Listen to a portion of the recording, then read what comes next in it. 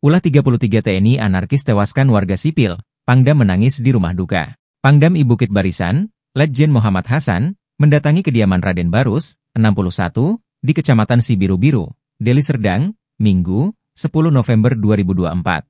Lantaran ulah 33 oknum TNI, 4 anak Raden kini menjadi yatim piatu. Hasan mendatangi tempat jenazah korban disemayamkan didampingi oleh anggotanya. Amatan Tribun Medan, dengan mengenakan kemeja putih, Hasan memeluk beberapa keluarga korban yang menangis dan menyampaikan belasungkawa.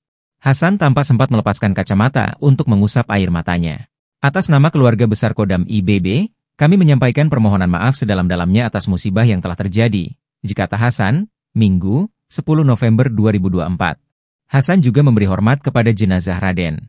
Keluarga Raden tak berhenti menangis di hadapan jenazah korban yang telah diletakkan di dalam peti. Kini, keempat anaknya telah menjadi yatim piatu. Istri korban juga telah meninggal dunia sejak beberapa tahun lalu.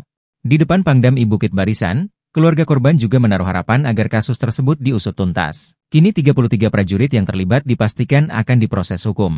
Hal ini diungkap Wakil Ketua Komisi I DPR RI Dev Laksono usai meminta keterangan dari pihak TNI. Sebelumnya, Kepala Desa Selamat, Bahrun, mengatakan awal mula warga kaget dengan kedatangan puluhan anggota TNI tanpa seragam sekitar pukul 22 waktu Indonesia Barat. Warga tidak tahu pasti alasan puluhan anggota TNI menyerang warga Desa Selamat.